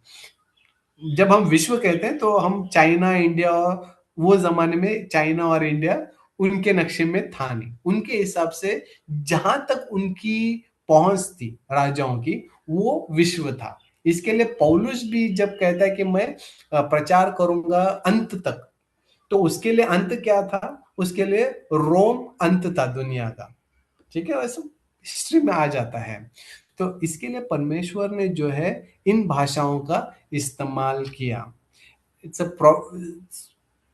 ये हमने देख लिया Greek, the existing Greek translation of the Old Testament. Okay, यहाँ पे हम हिब्रानी जो ओल्ड टेस्टामेंट है उसको भी ग्रीक भाषा में ट्रांसलेट कराया गया, जिसे हम सेप्टुजिंट कहते हैं। ओके, उसे छोटी मात्रा में LXX लिखा जाता है। अगर आप पुस्तकें देखोगे तो जहां पे LXX आएगा, इसका मतलब ये ग्रीक ट्रांसलेशन है हिब्रू से, क्योंकि लोग अब हिब्रू पढ़ना भूल चुके थे, ठीक है, ज्यादातर। तो इसके लिए क्या हो रहा था, हिब्रू का बाइबल जो है ओल्ड टेस्टामेंट, उसे भी ग्रीक भाषा में ट्रांसलेट किया गया। और लोग कई बार जब केजीवी बना, ओके, किंग जेम्स वर्जन अंग्रेजी में, वो भी सेप्टुजेंट का इस्तेमाल करता है, मतलब वो ग्रीक ट्रांसलेशन को लेके इंग्लिश में ट्रांसलेट किया गया, ना कि हिब्रू को लेके। इसके लिए कई बार कुछ शब्द, कुछ वर्सेस में तकलीफ आ जाती है, और लोग इसके लिए कहते हैं कि आज के समय हम ज्यादा जानते हैं, क्योंकि आज हम हिब्रू भी जानते हैं, ग्रीक भी जानते हैं, और उस प्रकार से हमारा समझ और अच्छा है उन लोगों से जो सिर्फ, मतलब वो स्कॉलर्स नहीं थे, वो सिर्फ अपने इस्तेमाल के लिए ट्रांसलेट कर रहे थे और जी रहे थे। तो उस प्रकार से समझ के हम आगे चलेंगे। ठीक है, सो सबट्यूजेंट वाज कंप्लीटेड बाय 200 BC। मतलब यीशु मसीह जब सिनेगॉग में बाइबल पढ़ रहे थे, मतलब ओल्ड टेस्टामेंट पढ़ रहे थे, वो किस भाषा में पढ़ रहे थे? एरामिक। ठीक है, sorry, Greek, not Aramaic. Okay, यीशु मसीह जब पढ़ रहे थे, क्योंकि सेप्टुजेंट अवेलेबल था, जो सिनेगॉग्स थे उसमें सेप्टुजेंट था, हिब्रानी भी था, लेकिन ज्यादातर लोगों को अभी सेप्टुजेंट सुनने की आदत हो गई थी, ग्रीक सुनने की आदत हो गई थी। फिर जैसे मैंने ये कहा कि ये शब्द, परमेश्वर ने ये लैंग्वेज का इस्तेमाल किस प्रकार से किया, क्योंकि ये पूरी दुनिया में चल रहा था। तो परमेश्वर का वचन दूसरों को देने में आसानी हो रही थी। जब आप एक्ट्स, बुक ऑफ एक्ट्स पढ़ रहे हो तो आप देखते हो कि लोग ने, पतरस जब प्रचार कर रहा है तो लोगों को समझ में आ रहा है, ठीक है, वो एक है। लेकिन दूसरी चीज ये है कि बाकी लोगों को भी ग्रीक अभी ज्यादा समझ में आ रहा है। तो इसके लिए परमेश्वर का जो वचन है वो दूसरों को देने में आसानी हो रही है, और इसका जो स्प्रेड है वो भी बहुत आसानी से हो रहा है। ओके, गलेशियंस 4:4 में ये लिखा है कि when the time had fully come, जब समय पूरा हो गया तो परमेश्वर ने अपने पुत्र को भेजा। इसका मतलब जो कुछ हिस्ट्री होना था सही तरीके से यीशु मसीह के आने के लिए, न्यू टेस्टामेंट जब आप सीखोगे सर्वे में भी आप ये चीज सीखोगे कि किस प्रकार से यीशु मसीह को इसी समय में आना सही था, क्योंकि परमेश्वर ने पूरे हिस्ट्री में ये सारे कार्य किए। ये सब कार्य, ये सब भाषाओं को लेके यीशु मसीह का आना सही मौका हो गया, क्योंकि हिस्ट्री लैंग्वेज दोनों के मदद से यीशु मसीह अपना काम आसानी से कर सकते थे, और उसके बाद में कलीसिया में भी ये काम बहुत आसानी से हो सकती थी। हम ये भी सिखाते हैं, मतलब आप भी सीखोगे कि जो पोस्टल सिस्टम था रोमन्स लोगों का, वो तब से शुरू हुआ।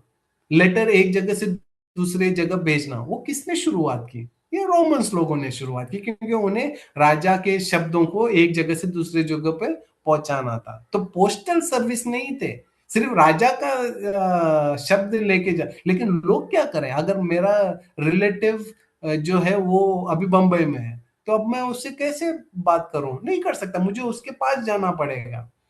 तो रोमन्स ने पोस्टल सर्विस शुरू की, और इसी द्वारा चर्च की भी ग्रोथ हुई, बाइबल को भी इधर उधर भेजा गया, रोड्स बनाए गए। ठीक है, फिर पुलिस स्टेशन जो हैं, आज के समय हम कहते हैं पुलिस स्टेशन, वो कहां से आए? ये सारे रोमन्स की वजह से आए। तो ये सारी चीजें बताती है कि किस प्रकार से यीशु मसीह का इस समय आना बहुत ही सही वक्त था। एनीवे, यहाँ पे हमारा दूसरा चैप्टर खत्म हो रहा है। मैं खत्म नहीं कर रहा हूं, हम अभी नेक्स्ट चैप्टर पे जाएंगे। जब तक कर रहा हूं, किसी का प्रश्न है? जो जो कुछ भी मैंने कहा, किसी का प्रश्न है भाषाओं के ऊपर? कुछ और वक्त ले लूंगा ताकि हम ये भी चैप्टर खत्म कर सके होता उतना। बुक्स ऑफ द बाइबल, अभी हम बाइबल के किताबों के बारे में, किताबों में जो है वो नहीं, अभी तक किताबों के बारे में ही सीख रहे हैं कि बाइबल के पुस्तक जो है। हम कहते हैं कि जो प्रोटेस्टेंट्स हैं, जो रोमन कैथोलिक चर्च से भाग हुआ, तो वो 66 बुक्स ऑफ द बाइबल में ही विश्वास रखते हैं। ये चर्च हिस्ट्री में आपके ऊपर आएगा, क्यों 66 बुक्स, क्यों बाकी के 7 बुक्स जो रोमन कैथोलिक्स इस्तेमाल करते हैं वो क्यों नहीं? वो सारी चीजें आप वहां पे सीखेंगे, मैं बता सकता हूँ, लेकिन वहीं पे सीख लो, वो अच्छा रहेगा। फिर जो है पुराने नियम में 39 बुक्स हैं, और नए नियम में 27 बुक्स से, ये सारी चीजें आपको पता होंगी, मैं ज्यादा वक्त नहीं दूंगा इसके ऊपर। फिर 40 से ज्यादा, या लगभग 40, या थोड़े बहुत कम, अप्रोक्सीमेटली ह्यूमन ऑथर्स, क्योंकि काफी पुस्तकों के हमको ऑथर्स कौन है नहीं पता इसके लिए, लेकिन 40 इंसान लगभग परमेश्वर ने इस्तेमाल किया उन्हें बाइबल लिखने में। तो आपको ये क्यों जरूरत है? हर इंसान की सोच अलग है, हर इंसान का जो समय, जन्म का समय, जीने का समय अलग है। तो ये सारी चीजों को परमेश्वर ने इस्तेमाल किया, इन लोगों को इस्तेमाल किया बाइबल लिखने में। फिर ऑलमोस्ट 1500 साल लग गए पूरी बाइबल को लिखने में। ठीक है, मूसा ने लिखा अपने समय में, यूहन्ना ने रेवलेशंस अपने समय में लिखा। पूरा समय जब लिखते तो 1500 वर्ष, और 3 अलग भाषाओं में लिखा गया, 3 अलग कॉन्टिनेंट्स, एशिया, यूरोप, अफ्रीका, ये 3 जगहों पे बैठ के लोगों ने लिखा। ओके, इसके लिए ये सिर्फ भाषाएं नहीं, इन भाषाओं में जो हम कॉन्टेक्स्ट कहते हैं, जिसमें भाषाओं के एकदम बारीकियां आती हैं, यहाँ पे इसमें साहित्यक विधाओं, ओके, तो साहित्यक जो इस्तेमाल हुआ है वो सब हमें जानना जरूरी है। अगर इस इंसान ने लिखा, इस समय में लिखा, इस प्रकार से लिखा, तो उसका समय क्या था, उस समय में इस शब्द का इस्तेमाल कहाँ हुआ है, इस पूरे सेंटेंस को हम उस समय से कैसे समझ के लें। ओके, ये सारे चीजें भी इसमें आ जाती हैं। फिर 39 बुक्स ऑफ द बाइबल जो है उसको डिवाइड कैसे किया गया है? उसे 4 भातियों में, एक तो पहला चीज जिसे हम पेंटेटुक कहते हैं, ओके, पंचग्रंथ, इंग्लिश में पेंटेटुक। दूसरी ऐतिहासिक, नंबर्स भी है, सो पहले 5 किताब जो हैं, Genesis, Exodus, Leviticus, Deuteronomy, Numbers and Deuteronomy, तो ये 5 पुस्तक पेंटेटुक में आते हैं। हिस्टोरिकल बुक्स जो है जिसमें हिस्ट्री है, तो उसको 12 किताबों को साथ में। फिर poetry, Psalms, Song of Solomons and Proverbs, ये सारे पोएट्री है। फिर प्रॉफिट्स, ओके, प्रॉफिट्स जो परमेश्वर के दूत थे, उन्होंने जो लिखी। तो इस प्रकार से 4 चीजों में बांटा गया है। अभी इसका जरूरत क्या है, क्योंकि कई बार जब आप अर्थ ढूंढते हैं इंटरप्रिटेशन के लिए, तो ये जानना जरूरी है कि ये है क्या। ये हिस्ट्री है, पोएट्री है, एक हिस्टोरिकल इवेंट है, या प्रॉफिट्स ने अपने जो उनको दृश्य मिला वो है। तो उसका इंटरप्रिटेशन का रूल्स होता है, वो फॉलो करने के लिए ये सारी चीजें इंपॉर्टेंट हो जाती हैं। Pentateuch, again Pentateuchus, 5 volume work, okay. It is also called Torah. परमेश्वर के फर्स्ट 5 पेंटेटुक भी कहा जाता है, इसे तोरा भी कहा जाता है। तोरा का मतलब लॉ या इंस्ट्रक्शन है, अर्थ, कानून या निर्देश। फिर से ये सब में मैं नहीं जाऊंगा, क्योंकि ये सारी चीजें अभी हिंदी में सप्तगिरी भैया ने अभी अपलोड किया सुबह में या कल रात को, हिंदी के इसमें, तो ये सारी चीजें वहां पे हैं, आप देख सकते हो। जेनेसिस, उत्पत्ति, निर्मगम, निर्गम, लेविटिकस, नंबर्स, ड्यूटरोनॉमी। पुस्तक, लेखक कौन है, लिखने का समय क्या है, और किस समय के बारे में लिखा जा रहा है, और मेन जो सब्जेक्ट है वो, तो अच्छी तरीके से ये जनरल इंफॉर्मेशन है, ये सब आपको पढ़ना जरूरी है, समझ के लेना जरूरी है एक एक पुस्तक के ऊपर, ठीक है। फिर हिस्टोरिकल बुक्स कवर 1000 years, 1000 वर्षों को पूरी तरीके से उसमें लिखा गया है। और एक चीज याद रखें कि कई बार हम सोचते हैं कि बाइबल जो है क्रोनोलॉजिकली, क्रोनोलॉजी मतलब पहला आदम हुआ, आदम के बाद में ईव हुई, ईव के बाद में एबल हुआ, केन हुआ, ऐसा क्रोनोलॉजी नहीं। बाइबल जरूरी नहीं है कि हर जगह पे क्रोनोलॉजिकली एक के बाद एक चीज लिखी गई है। बाइबल जो है, जो ऑथर है, जो लिख रहा है, उसे जो परमेश्वर ने ध्यान में डाला और जो उसे लगा कि सही है, इंपॉर्टेंट है, वो उसने लिखा। तो कई बार आगे पीछे चीजें लिखी गई हैं, तो इसको हमें क्रोनोलॉजिकली थोड़ी सी डिफिकल्टीज है। ज्यादातर तो क्रोनोलॉजिकल ही है, लेकिन स्पेशली प्रॉफिटिकल राइटिंग्स जो है वो क्रोनोलॉजिकल नहीं है, ठीक है। तो आइजाया जैसा हुआ, वो ये सब डिफिकल्ट हो जाता है। कभी कभी तो ये समझ में भी मुश्किल हो जाता है, आइजाया में परमेश्वर बात कर रहा है, आइजाया बात कर रहा है, या और कोई बात कर रहा है, डिफिकल्टीज है। बट एनीवे, ये 1000 वर्ष को लेके लिखी है, right from the time of creation to the time of consummation, मतलब जेनेसिस, उत्पत्ति से लेके लास्ट में रेवलेशंस का जो लास्ट चैप्टर है, जहां पे परमेश्वर ने फिर से नई सृष्टि बनाई, पूरे चीजों को लेके लिखी गई है। और यहाँ पे हम देखते हैं कि किस प्रकार से एक राज्य बड़ा, सॉरी यहाँ पे नहीं आएगा वो, ये हिस्टोरिकल है। हिस्टोरिकल में जहाँ पे हिस्ट्री, बेसिकली हिस्ट्री, मूसा की हिस्ट्री एंड तो जोशुआ को लेके कैसे 2 राज्य बने, कैसे 2 राज्य, एक राज्य बना इसराइल का, और कैसे उसमें विभाजन आए, जूडा बना, इसराइल अलग हो गया, और फिर कैसे वो परमेश्वर से दूर चले गए, कैसे असीरिया वाले आए, उन्होंने नॉर्थ इसराइल को लेके चले गए, फिर बैबिलोनियन आ गए, साउथ जूडा को लेके चले गए। तो ये, और कैसे फिर लोगों को परमेश्वर ने वापस लेके आए, ये पूरी रचना इस 1000 साल की दी गई है। ये सारे किताबें उसमें हैं, ओके। सो जोशुआ से लेके एस्तर तक जो हिस्ट्री के बुक्स हैं, उसे हम इस प्रकार से देखते हैं। फिर आते हैं 5 पुस्तक, द पोएटिक बुक्स, ओके, जिसे हम विजडम लिटरेचर भी कहते हैं, बुद्धिमानता साहित्य।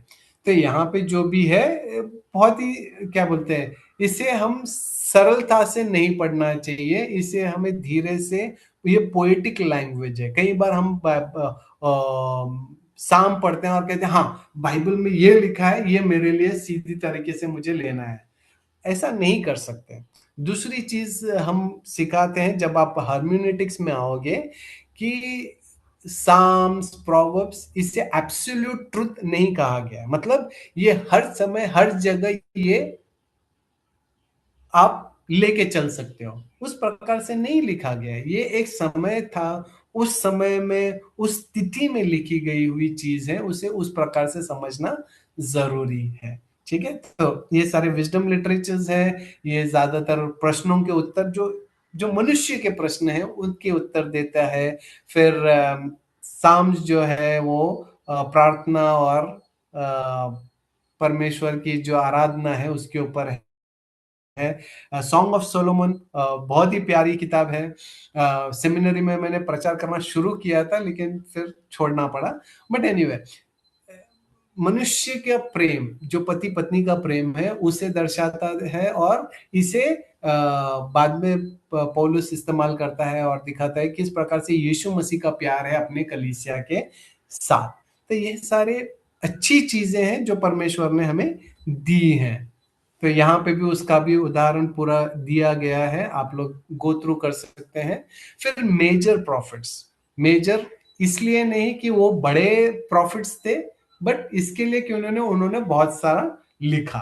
तो ओके, सो यरमाया, लैमेंटेशंस, यहाँ पे हिंदी में रहेगा, आप पढ़ लीजिए, एजिकियल, डैनियल, ये 4 बुक जिसे हम मेजर प्रॉफिटिकल बुक्स कहते हैं।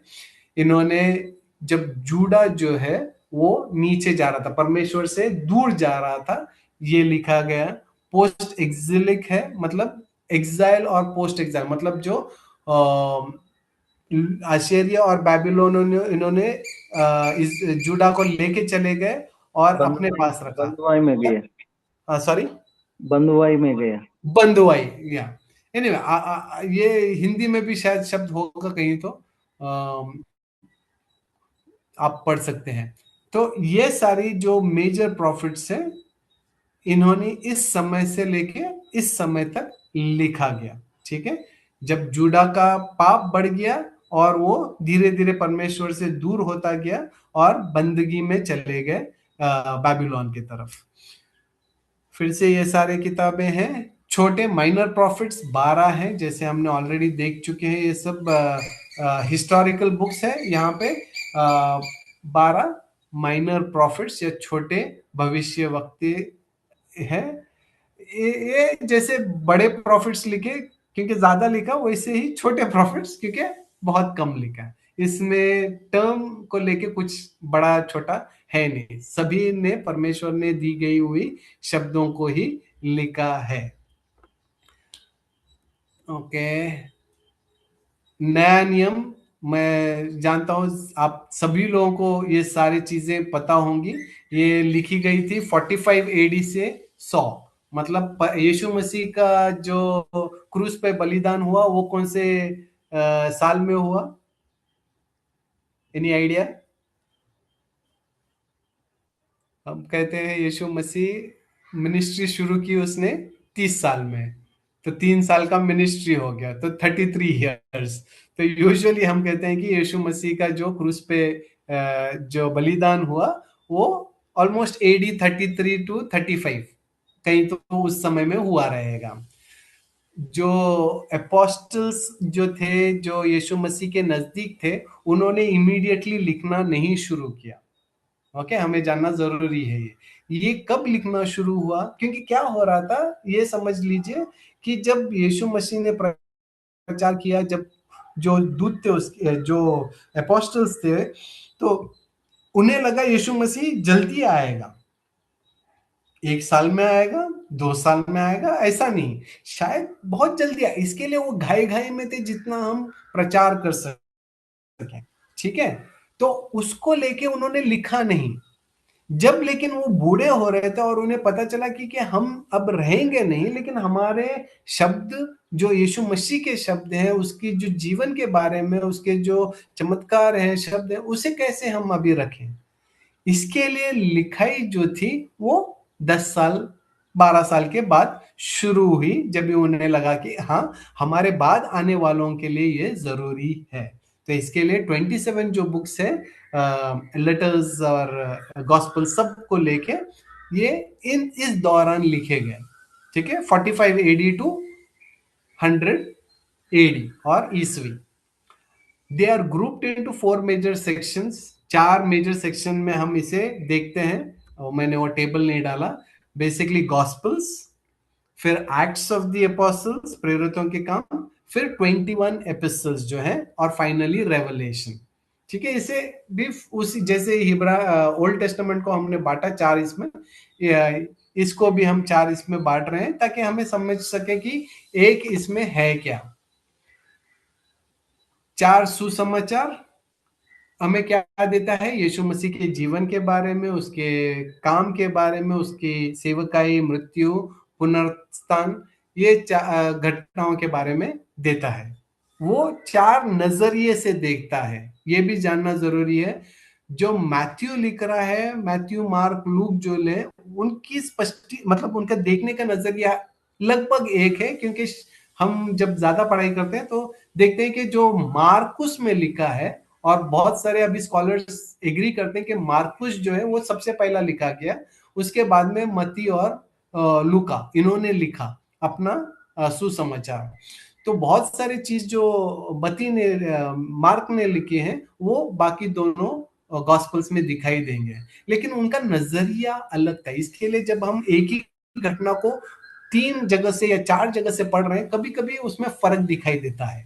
तो यहाँ पे ये याद रखिए कि बाइबल हमको फैक्ट्स नहीं दे रहा, एक्सपीरियंस दे रहा है। जब मती, मार्कुस या लूकस लिख रहे थे, लूकस ज्यादातर हम सोचते हैं ज्यादा टेक्निकल था, लेकिन मती और मार्कुस वो एक एक्सपीरियंस लिख रहे थे उनका। तो यहाँ पे नंबर्स हमने हाँ, यहाँ पे यार 2 लिखा है, उसने 3 लिखा है, तो ये दोनों गलत है, नहीं।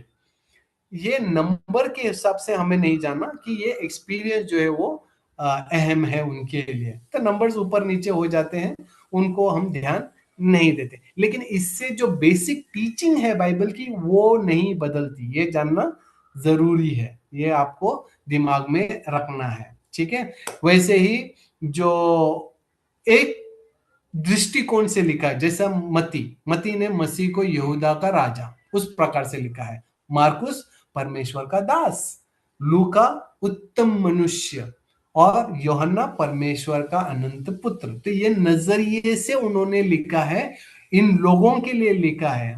मसीह ने यहूदियों के लिए लिखा है, इसके लिए उसका नजरिया, उस नजरिए से अगर आप पढ़ोगे तो आपको शॉक मिलेगा कि अगर मैं यहूदी होके अगर मती का पढ़ रहा हूं, तो अरे शुरुआत में ही क्या शब्द है, इन द बिगनिंग। ये कहां से शुरुआत हो गई, उत्पत्ति से, इन genesis 1:1, in the beginning.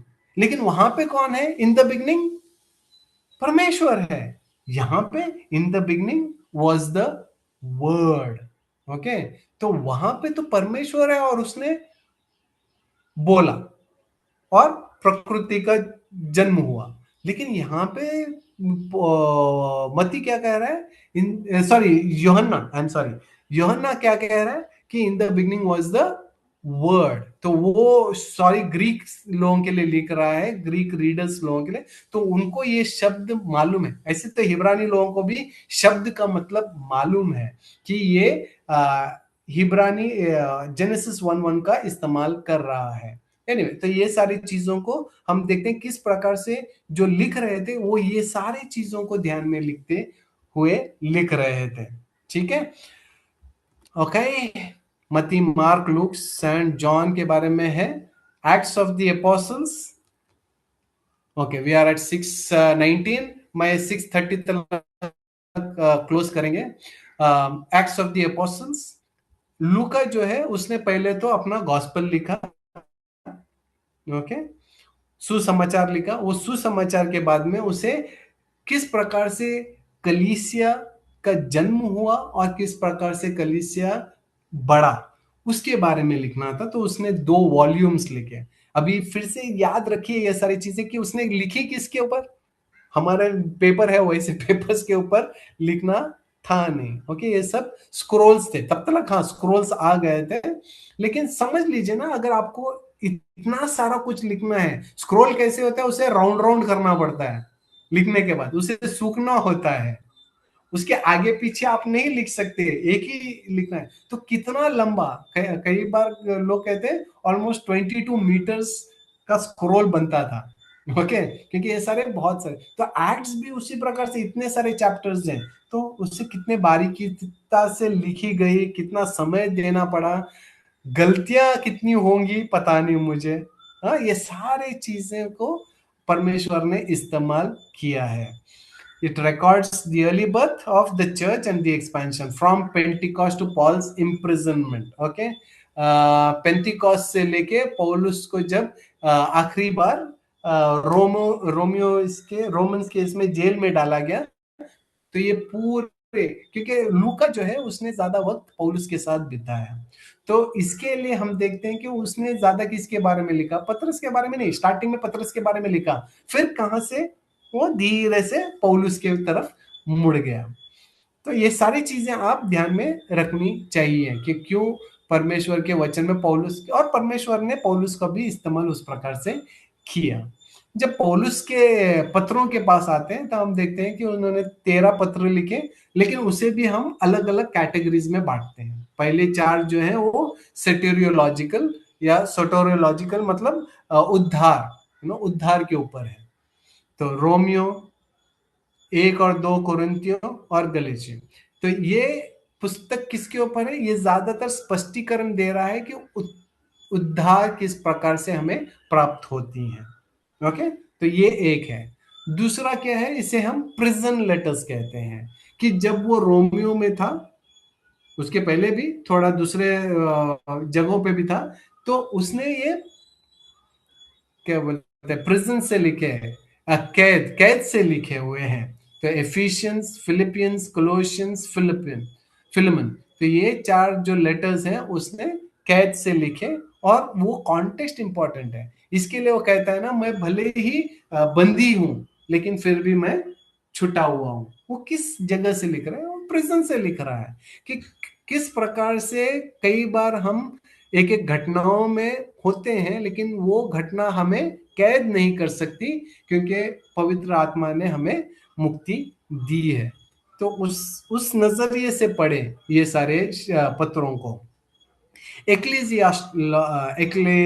Eschatological epistle, eschatological मतलब अंत समय, अंत का विषय, उसके ऊपर उसने 1 और 2 थेसलोनिका, ओके, थेसलोनियंस, उसमें लिखा गया है, क्योंकि और ये सबसे पहली लिखी हुई पत्र है। ओके, कई बार हम सोचते हैं कि रोमियो पहला लिखा गया, रोमियो बहुत बाद में लिखा गया। फिर से प्रश्न पूछना चाहिए, क्यों उसने यीशु मसीह के आने के बारे में पहले लिखा, क्यों ये पहले पत्र हैं? सब लोग प्रश्न वही पूछ रहे थे, यीशु मसीह कब आएगा? अरे हम इतने सारे दुख से जा रहे हैं, हम इतना सारा कठिनाइयों से जा रहे हैं, पौलुस हमें बता, समझा यीशु मसीह कब आएगा। ठीक है, तो इसके कारण ये सारे पत्र पहले उनके टॉपिक्स के वजह से लिखे गए। फिर पास्टरल लेटर्स, पास्टरल लेटर्स का मतलब होता है चरवाहे का पत्र, जो एक एक बड़ा पास्टर है, वो अपने छोटे पास्टरों को मार्गदर्शक दे रहा है। इसके लिए पहले तिमोथी, 2 तिमोथी और टाइटस में आप देखोगे किस प्रकार का कैरेक्टर होना चाहिए, जो पास्टर है, जो चर्च में एल्डर्स हैं, उसके बारे में है। किस प्रकार से लोगों ने कलीसिया में जीना है, किस प्रकार से चलना है। तो ये सारे पत्रों को हम पास्टरल या चरवाहा के पत्र कहते हैं। ठीक है, तो 4 भाग हैं पॉल लाइन के, साल्वेशन, सोटोरियोलॉजी, उद्धार, प्रिजन, कैद के, देन अंत के समय का एस्केटोलॉजी, और चरवाहे, पास्टरल लेटर्स। ये उसका पॉल का लेटर्स हो गया।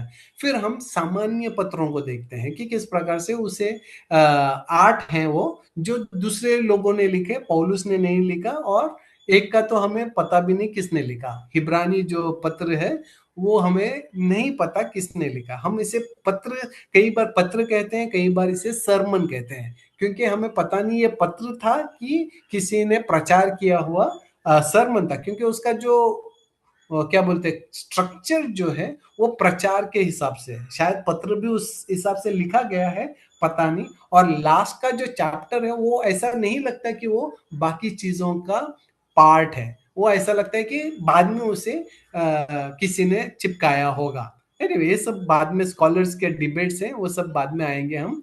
बट यहाँ पे इतना जानना है कि जनरली पॉल ने नहीं लिखा, इसके लिए इसे जनरल कहते हैं, और बाकी लोगों ने लिखा डिफरेंट डिफरेंट। तो हिब्रानी हमें नहीं पता, लेकिन जेम्स, पीटर, जॉन और जूड, ये सारे लोगों ने लिखा गया है। इसे जनरल और कैथोलिक एपिस्टल्स कहते हैं। कैथोलिक का मतलब यूनिवर्सल होता है, विश्व होता है। इसे रोमन कैथोलिक शब्द से ना लगाएं। एक्सक्यूज मी, एक मिनट। ये सारे पुस्तक हैं जो आते हैं कैथोलिक में। अंतिम में प्रकाशित वाक्य, रेवलेशन। ओके,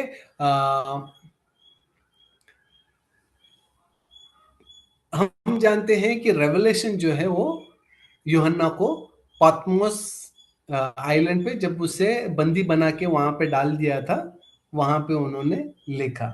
ठीक है, पहले के जो कैद थे वो हमारे जमाने के जैसे कैद हैं वैसे नहीं थे। कई बार वो जस्ट एक जगह पे जाके छोड़ देंगे, वहां से उन्हें भागना मुश्किल है। लेकिन ज्यादातर कैसे लोग रहे होंगे वहां पे, जो कट्टर क्या बोलते हैं अपराधीवादक लोग हैं, उस किस्म के लोग वहां पे। तो हमें वो याद रख के लिखना है कि ऐसे जगह पे जहां पे खाना पीना नहीं, उनको ऐसे ही नहीं मिलता, तो उनको कुछ ना कुछ तो करना पड़ेगा अपने खाने पीने के लिए। ठीक है, मसीह लोग भी रहेंगे थोड़े बहुत, सिर्फ पौलुस यूहन्ना अकेला नहीं रहेगा, तो साथ में लोग भी रहेंगे एक दूसरे को। बट वो बहुत कठिन जगह थी, तो उस कठिन जगह पे परमेश्वर ने उसे ये प्रकाशित शब्द दिया। तो ये कॉन्टेक्स्ट हमें मदद करता है रेवलेशंस पढ़ने के लिए। रेवलेशंस हमें कंफ्यूज करने के लिए नहीं लिखा गया। रेवलेशंस किस लिए लिखा गया? ताकि जो लोग इस प्रकार से कठिन जीवन में जा रहे हैं वो आगे देख सकें। परमेश्वर एक नजरिया खोल रहा है ताकि हमारा विश्वास और क्या बोले, और ज्यादा will find more strength in it. इस प्रकार से रेवलेशंस को पढ़ा करें। ऐसा नहीं कि अरे मुझे जानना है आगे क्या होने वाला है, नहीं। परमेश्वर ने अपना वचन यूहन्ना के द्वारा इसलिए दिया ताकि लोग जो है बहुत ही सफर कर रहे थे प्रिजन में, और उस जगह पे पौतमोस पे हर दिन जीना मुश्किल था। तो उस कंडीशन में, उस एनवायरनमेंट में परमेश्वर का वचन आता है, और परमेश्वर का वचन 4 कलीसियाओं के तरफ आता है। और हम देखते हैं कि किस प्रकार से परमेश्वर ने इस स्थिति का भी इस्तेमाल किया परमेश्वर के वचन को लाने में। तो yes, it is the final conclusion. पूरा नया टेस्टामेंट का एंड जो है वो ये बुक में आ जाता है, क्योंकि ये किताब जो है इसमें हम नए निर्माण के बारे में भी पढ़ रहे हैं कि किस प्रकार से परमेश्वर उद्धार करेगा अपने जो इस धरती का और नए आसमान का। तो इससे हम देखते हैं किस प्रकार से जेनेसिस में शुरुआत हुई और किस प्रकार से उत्पत्ति रेवलेशंस में ये समाप्त हो रहा है। यूनिटी ऑफ द बाइबल हमने ऑलरेडी देखा, कितने सारे लोगों ने लिखा है। English and Old Testament, okay, Hebrew Tanakh, यहाँ पे मैं रुक जाऊंगा, ये नेक्स्ट टाइम शुरू करेंगे हिब्रू तनाक के ऊपर। लेकिन यहाँ पे सिर्फ अंत में ये कहना चाहूंगा, जब हम पूरी तरीके से ये पिक्चर देख रहे हैं बाइबल की, तो हम देखते हैं कि किस प्रकार से परमेश्वर ने हजारों वर्ष में काम किए हैं। ठीक है, अगर हम एक किताब भी लिख रहे हैं तो ज्यादा से ज्यादा 10-15 साल डालेंगे उसके ऊपर, लेकिन किस प्रकार से परमेश्वर ने 1500 वर्ष में एक ही, क्या बोलते, एक ही थीम है, एक ही विषय है जो उत्पत्ति से लेके अंत तक, रेवलेशंस तक उसे लेके जाता है। वो क्या है? लोगों का उद्धार, और किस प्रकार से यीशु मसीह के माध्यम से पापों का उद्धार, ताकि परमेश्वर की महिमा हो। तो पूरा जो हमने आज कल पिछले हफ्ते और ये हफ्ते में देखा, किस प्रकार से परमेश्वर अपना कार्य समझा रहा है लोगों को, पुराने नियम से और अब नए नियम से। तो ये है बाइबल के बारे में इंट्रोडक्शन, और कंटिन्यू करेंगे इसके ऊपर। ठीक है, अरे मैंने वीडियो बंद किया था, sorry. Okay, we can stop the sharing and we can stop the recording also. किसी को कुछ प्रश्न करना है, पूछना है? सर मैं एक चीज पूछना चाह रहा था कि हाँ, अगर हम ये कहते हैं कि फर्स्ट बुक ये लिखा गया है और सेकंड बुक बाद में लिखा गया, तो इस तरीके से सिस्टमैटिक क्यों किया गया इसको, और ये सिस्टमैटिक किसने किया? हाँ, पहले तो चीज ये जाननी है कि हम थीमेटिक वेज से जाते हैं। ओके, हम लोग ये एक एक लेटर एक एक जगह पे गए, एक एक समय में गए। आज के समय में over a period of history हमको वो सब साथ में धीरे धीरे आना शुरू हो गया। पहले तो ये प्रश्न था कि कौन सा बुक बाइबल में ले, कौन सा बुक परमेश्वर का वचन नहीं है, ये सारे डिबेट्स भी हुए। ठीक है, दूसरी चीज, इसको हम थीम, मतलब जो थीम को क्या कहेंगे, टॉपिक थीम, तो उस हिसाब से कैसे वो फिट होता है। ओके, क्योंकि जब आप पढ़ रहे हो, और ये सब चीजें तभी नहीं हुई जब भी अपोस्टल्स थे, ये सारी चीजें ऑलमोस्ट और एक 200 साल चले गए, उसके बाद ही होना शुरू हुआ। ठीक है, न्यू टेस्टामेंट पूरी तरीके से हमें कब मिलता है? ऑलमोस्ट जब कॉन्स्टेंटाइन जो एम्परर है, जब उसका परिवर्तन होता है, वो अपना धर्म बदलता है और कहता है कि मैं क्रिश्चियन हो गया, यीशु मसीह के पीछे चला, वो हमें नहीं पता, हिस्ट्री नहीं कहती है, लेकिन वो युद्ध जीता। तो उसको एक सपना आया कि आपको क्रूस का ये बना के बैनर लेके आप युद्ध में चले जाओ, तो वो गया और वो युद्ध जीत गया। तो उसके वजह से उसने कहा कि अब से जितने भी धर्म है बंद करो, सिर्फ ईसाई धर्म हो जाएगा। ओके, तो क्या हो गया, जो ईसाई थे, जो पहले प्रोसिक्यूशन में थे, जिनके ऊपर बहुत सारे अत्याचार हो रहे थे, एक ही बार क्या हो गया, अभी सिर्फ उन्हें रिस्पेक्ट नहीं मिल रहा था, बाकी लोग देख रहे थे, अरे इनको भी पोजीशन भी मिल रहा है, इनको तो राजा की तरफ से ओहदा मिल रहा है, तो उन्होंने भी कहा हाँ हम भी ईसाई हैं, हमको भी ओहदे में डाल दो। तो धीरे धीरे हम देख रहे हैं कि जो कलीसिया, जो सही कलीसिया थी, उसमें बहुत सारे गलत लोग आ गए। और इस समय पे बाइबल और दूसरे लिखे बहुत सारे दूसरे डॉक्यूमेंट्स भी थे जो उस इस समय में लिखे गए थे, तो कौन से बाइबल में ले ना ले, उसके ऊपर डिस्कशंस हो गए।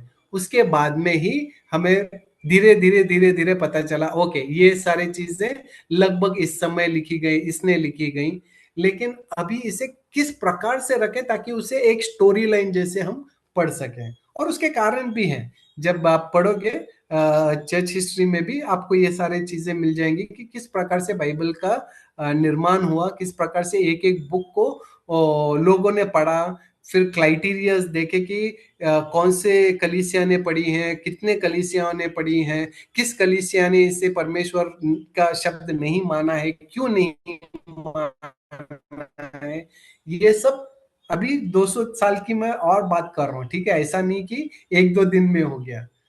ये सारे चीजों को देखते हुए आखिर में जो हमारे न्यू टेस्टामेंट के इवन 27 बुक्स जो है, वो एक किस्म से स्थापित हुए कि ये ही है जिन्हें हम परमेश्वर का शब्द बोलकर दर्जा देंगे। ठीक है। Yes sir. तो इसके लिए मैंने कहा ना, इसको इसको हिस्टोरिकल क्रोनोलॉजी के हिसाब से हम नहीं देख सकते, ये आगे पीछे है, लेकिन इसे थीमेटिक मैनर, मतलब जैसे हम पिक्चर देखते हैं ना, एक एक थीम चलता है उसमें, उसी प्रकार से बाइबल में भी एक थीम चलता है, और इसके लिए उसे इस प्रकार से जोड़ा गया। ये हिस्ट्री में हुआ, ऐसा कोई एक इंसान ने नहीं किया, ये over a period of time, धीरे धीरे धीरे धीरे धीरे, क्योंकि लोग तो अलग अलग पढ़ रहे थे ना, उन लोग न्यू टेस्टामेंट हमारी तरह मैथ्यू से लेकर रेवलेशन एक साथ नहीं पढ़ रहे थे, वो अवेलेबल भी नहीं था, लोगों के हाथ में पूरी बाइबल नहीं थी, ये धीरे धीरे सैकड़ों वर्षों के बाद हुआ। Good good good good question. Any other question? और कोई प्रश्न? प्रश्न पूछो, उससे ज्यादा सीखने को मिलता है, नो डाउट, इससे भी आप सीखोगे, बट जब आप प्रश्न पूछोगे, क्लैरिफिकेशन मांगोगे, तब आप ज्यादा सीख पाओगे। और कोई प्रश्न बाइबल को लेके?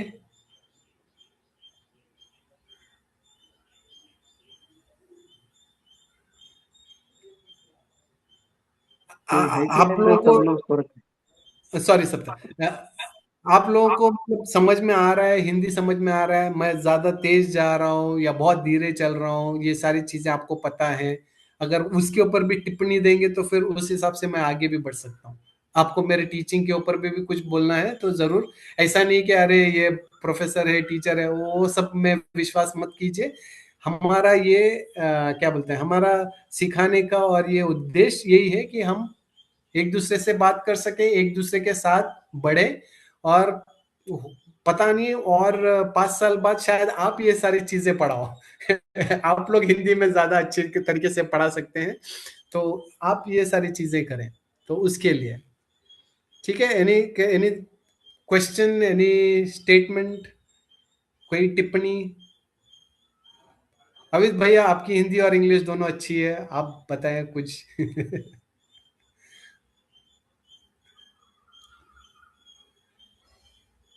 और कोई है जो, सुधीर, आपको कुछ कहना है या? नहीं सर, ठीक है, आपकी ओके, हिंदी अच्छी सप्तगिरी। है। कोई बीच में बोल रहे सर, कौन है? हाँ हाँ, जो कोई पूछना चाह रहे डाउट? संदीप? हाँ सुधीर भाई। नहीं सर, ठीक है। Okay okay.